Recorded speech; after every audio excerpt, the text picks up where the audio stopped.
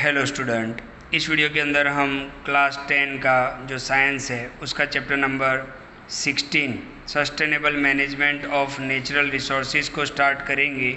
बहुत ही normal chapter है, ध्यान से देखें। तो सबसे पहले हम बात करते हैं नेचुरल रिसोर्सेज की। ओके, तो नेचुरल रिसोर्सेज हम बहुत ही लोअर क्लास से पढ़ते आ रहे हैं। What is natural resources?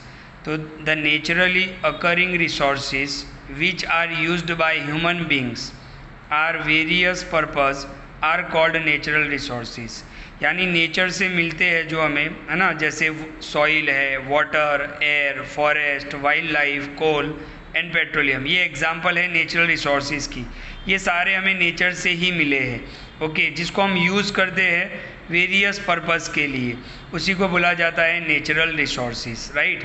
तो प्रॉपर डेफिनेशन इसका देख लो आप। द नेचुरली अकरिंग रिसोर्सेज यानी जो हमें नेचर से ही मिलते हैं, है ना।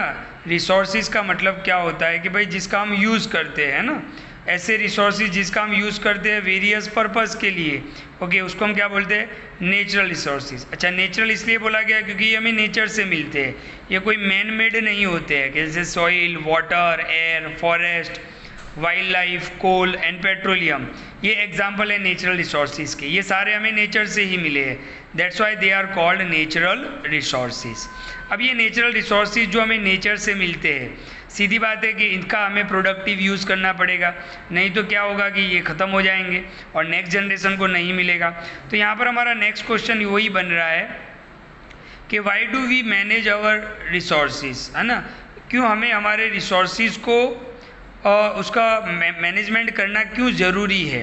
तो सबसे पहले the demand of all resources is increasing. क्यों इंक्रीज हो रहा है डिमांड? क्योंकि इंक्रीजिंग इन ह्यूमन पॉपुलेशन, है ना। तो जो डिमांड है, रोज़ रोज़ आप देखो कि पेट्रोलियम, पेट्रोल, डीजल, ये सब का यूज़, है ना, डे बाय डे क्या हो रहा है? इंक्रीज़ हो रहा है। तो इसका रीज़न क्या है? तो इंक्रीजिंग इन ह्यूमन पॉपुलेशन, है ना। पूरे वर्ल्ड के अंदर आप देखो पॉपुलेशन कितना फास्ट बढ़ रहा है, तो सीधी बात है कि रिसोर्सेज जो है उसका डिमांड भी बढ़ेगा। इसीलिए हमको पहले तो इसको मैनेजमेंट इसका करना ज़रूरी है, राइट, क्योंकि डिमांड बढ़ते जा रहा है। क्योंकि जितना डिमांड बढ़ेगा फिर धीरे धीरे ये ख़त्म होने लगेगा। Number 2, management of natural resources is required so that this will last for the generation. ये जनरेशन टू कम, ओके, जो आने वाली जनरेशन है उसको भी तो मिलना चाहिए। And will not be exploited for a short term gains. Okay, अब हम इसका अगर मैनेजमेंट नहीं करेंगे, इसको मैनेज नहीं करेंगे, तो क्या होगा कि नेक्स्ट जनरेशन जो आने वाली है उसको ये नहीं मिलेगा और शॉर्ट टाइम में ये क्या हो जाएगा? ख़त्म हो जाएगा। इसीलिए भी इसका मैनेजमेंट ज़रूरी है। नंबर 3 आते हैं, दिस मैनेजमेंट शुड एंश्योर। अच्छा, मैनेजमेंट तो करना ज़रूरी है, लेकिन ये भी करना ज़रूरी है कि इसका इक्वल डिस्ट्रीब्यूशन हो। यानी आप समझो कि सोसाइटी के अंदर या पूरी आप समझो कि सारे लोगों को मिलना चाहिए, रिच पर्सन को भी, मतलब जो पैसे वाले हैं उनको भी मिलना चाहिए, जो मिडिल क्लास फैमिली है उनको भी मिलना चाहिए, जो पुअर है उनको भी मिलना चाहिए। तो मैनेजमेंट तो ज़रूरी है, लेकिन मैनेजमेंट ऐसा होना चाहिए जो इक्विटेबल डिस्ट्रीब्यूशन हो। तो ध्यान से देखो, दिस मैनेजमेंट शुड इंश्योर, यानी ये जो भी मैनेजमेंट होगा वो ऐसा होना चाहिए equitable distribution of resources and the benefits, उसका बेनिफिट्स हर एक को मिलना चाहिए। Benefits from the development of resources for entire human society, है ना। मैंने बताया ना, पूरे मतलब जितना भी ह्यूमन है उसमें सारे लोग आ गए, रिच पर्सन भी आ गए, मिडिल क्लास फैमिली भी आ गई, मिडिल पर्सन भी आ गया, पुअर पर्सन भी आ गए, तो सारे सबको इसका मतलब फ़ायदा पहुंचना चाहिए। Number 4, no damage is caused to the environment during extraction और यूज़ ऑफ रिसोर्सेज। सबसे इम्पोर्टेंट बात तो ये याद रखनी है कि जब आप रिसोर्सेज का यूज़ करते हो, या तो उसका एक्सट्रैक्ट करते हो या तो उसको निकालते हो। जैसे हमने चैप्टर नंबर 3 में पढ़ा था कि भाई मेटल का एक्सट्रैक्शन हमने देखा था, और भी बहुत। तो जब आप उसको बनाते हो या मतलब रॉ मटेरियल ज़मीन से निकालते हो, फिर उसको आप रिफ़ाइन करते हो और उसका यूज़ करते हो, तो नो डैमेज नहीं होना चाहिए एनवायरनमेंट का। ओके, तो ये भी ध्यान रखना है। For the sustainable natural resources management is plan with proper and safe disposal of waste. उसका प्लानिंग प्रॉपर होना चाहिए। तो ये सारे पॉइंट्स आपको एग्जाम में लिखने हैं, अगर इस टाइप का क्वेश्चन एग्जाम में आता है कि why do we manage our resources. Okay, तीसरा एक इम्पोर्टेंट कंसेप्ट पे चलते हैं, तीसरे पॉइंट पर चलते हैं कि ये कंसेप्ट ऑफ सस्टेनेबल डेवलपमेंट क्या है। अब देखो चैप्टर का टाइटल क्या है, sustainable management of natural resources. तो ये सस्टेनेबल जो है उसका कंसेप्ट क्या हमें समझा रहा है, तो ध्यान से देखो, explain concept of sustainable development. तो the concept of sustainable development implies a change in all aspect of life. Sustainable development होगा तो सीधी बात है कि जितने भी मतलब एस्पेक्ट है लाइफ के उसके अंदर चेंज आएगा। कैसे, तो this can be डेपिक्टेड by one, number one, it encourage various forms of growth. इससे क्या होगा कि ग्रोथ होगा अलग अलग फॉर्म्स में, that meet current basic needs, जिससे हमारी जो बेसिक नीड्स है वो पूरा होगा। अगर सस्टेनेबल डेवलपमेंट होगा तो मतलब अगर आप परफेक्ट अगर प्लानिंग करते हो तो सीधी बात है कि अलग अलग फॉर्म्स के अंदर ग्रोथ होगा और वो हमारी नीड को पूरा करेगा। Number two, it preserves the resources for the needs of future generation. सीधी बात है कि अगर सस्टेनेबल मैनेजमेंट होगा, सस्टेनेबल डेवलपमेंट होगा तो फ्यूचर जनरेशन के लिए भी उसको बचाया जा सकता है। And number three, it takes into account the environment conservation. अच्छा, इससे एनवायरनमेंट भी बचेगा हमारा, while not ignoring economic development. तो इससे तीन फायदे होंगे कि अगर सस्टेनेबल मैनेजमेंट होगा तो ग्रोथ अच्छा होगा, और ग्रोथ अच्छा होगा अलग अलग फॉर्म्स के अंदर तो हमारी नीड जो है बेसिक नीड वो पूरा होगा। फिर अगर सस्टेनेबल डेवलपमेंट होगा तो फ्यूचर जनरेशन को भी ये मिलेगा। और तीसरा, एनवायरमेंटल कंजर्वेशन, यानी एनवायरनमेंट भी हमारा बचेगा। ओके, अच्छा यही क्वेश्चन को ऐसे भी पूछ सकते हैं, what would be the advantage of exploiting resources with short term AIIMS. Okay, तो ये क्वेश्चन को ऐसे भी पूछ सकते हैं।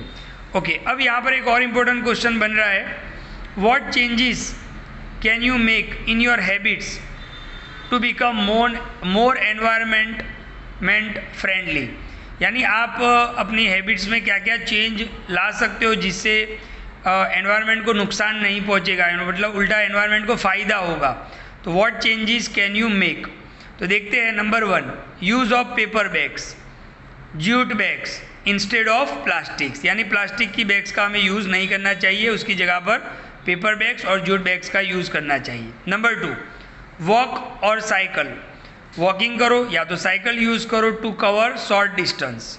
ओके, तो शॉर्ट डिस्टेंस के लिए अगर आपको बिल्कुल नज़दीक जाना है तो सीधी बात है या तो साइकिल का यूज़ करो या तो आप वॉक करो, तो इससे फ़ायदा होगा, एक्सरसाइज भी होगा। Number three, do not throw the garbage anywhere, यानी कचरा कहीं पे भी मत डालो। Number four, use of renewable resources, ऐसे रिसोर्सेज को यूज़ करो जो रिन्यूएबल है, मतलब एक बार ख़त्म हो जाएंगे तो वापस मिल सकते हैं, उसको हम रिन्यूएबल बोलेंगे। एंड बायोडिग्रेडेबल सब्सटेंस, है ना, बायोडिग्रेडेबल सब्सटेंस का यूज़ करना चाहिए। Number five, switching off electrical appliances when not required, यानी जब ज़रूरत नहीं है तब, मतलब आप देखो कभी जनरली हम स्विच फैन ऑन कर लेते हैं, ज़रूरत है तो फिर हम बाहर निकल जाते हैं, रूम से बंद नहीं करते हैं। तो इलेक्ट्रिकल अप्लायंसेस की जब ज़रूरत नहीं है तब स्विच ऑफ कर दिया करो, right. Do not pollute and waste water, अच्छा वाटर को पॉल्यूट भी नहीं करना चाहिए और वेस्ट भी नहीं करना चाहिए। ओके, एक और क्वेश्चन यहाँ पर हम ऐड कर लेते हैं, why was the Ganga action plan launch, Ganga action plan and which faecal bacteria, कौन से बैक्टीरिया उसमें देखने को मिले थे, तो ये एमसीक्यू में पूछते हैं। तो in 1985 the Ganga action plan was launch to improve the quality of water in Ganga. तो 1985 के अंदर गंगा एक्शन प्लान्स को लॉन्च किया गया था to improve the quality of water in Ganga and remove the pollution caused by the disease causing micro organisms, और जो micro organism जो मतलब डिजीज़ फैला रहे थे, पॉल्यूशन फैला रहे थे, उसको दूर करना था। अच्छा, कौन से बैक्टीरिया पाए गए, तो coliform bacteria were found in the Ganga water indicating contamination. इसकी वजह से क्या हो रहा था, पानी गंदा हो रहा था, तो कॉलीफॉर्म नाम के बैक्टीरिया देखने को मिले थे। तो ये एमसीक्यू में भी पूछते हैं, ये क्वेश्चन आप याद रखोगे। ओके, तो इन 1985 के अंदर Ganga action plan was launch किया गया था to improve the quality of water and remove the pollution caused, और उसमें से क्या रिमूव करना था, वो माइक्रो ऑर्गेनिजम्स जो मतलब पानी के अंदर पानी को पॉल्यूटेट कर रहे थे, उससे डिजीज़ भी फैल रहे थे, और वो कौन सा था, कोलीफॉर्म नाम का बैक्टीरिया था। जनरली ये बैक्टीरिया कहाँ पे देखने को मिलता है, ह्यूमन इंटेस्टाइन के अंदर। ओके, जनरली ये बैक्टीरिया कहाँ पे देखने को मिलता है, ह्यूमन इंटेस्टाइन के अंदर।